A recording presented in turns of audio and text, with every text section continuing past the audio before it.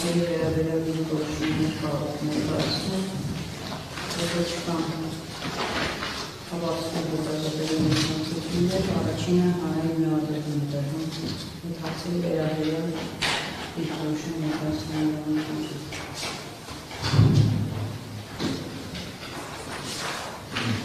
Հատուաշան դատարան, դատավորություն հարգելի մասնակիցներ։ Որպես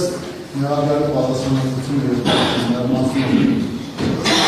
ծանրացնող հանգամանքներ ցույց գործող աղբյուր չէ։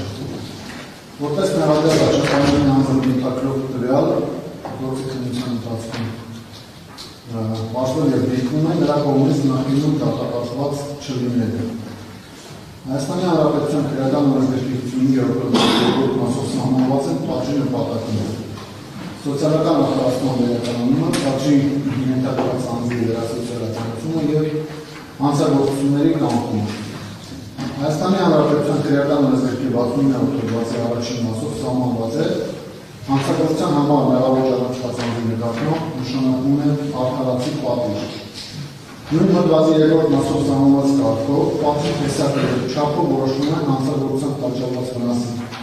բնույթով և չափով, հանցագործության եղանակով, տեղով, ժամանակով, շարժառիթներով և նպատակներով, դիտավորության կամ անզգուշության տեսակով,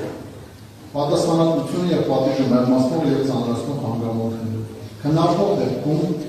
ներառյալը ներսագրում է դիտավորության սահմանադրական կարգի և պետության անվտանգության դեմ ուղղված միջին ծանրության հանցագործության կատարումը։ Ելնելով վերաշարադրվածից, պատժի նպատակներն ապահովելով արդարացի նկատառումներից լինելով, միջնորդում են մեղադրյալ Գևորգ Միքայել Արփաշեսի Աչապանյանի նկատմամբ, որպես պատիժ նշանակել ազատազրկում 2 տարի 6 ամիս ժամկետով, հաշվարկելով մեղադրյալի կողմից փաստացի արգելանքի տակ գտնվելու ժամանակահատվածը։ Հանցագործության պատճառված գույքային վնաս հատկա չէ, գույքային հայց չի ներկայացվել, բռնագրավման ենթակա և արգելանքի տակ գտնվող գույք հատկա չէ։ Գրավոր ապացույցները միջնորդում են թողնել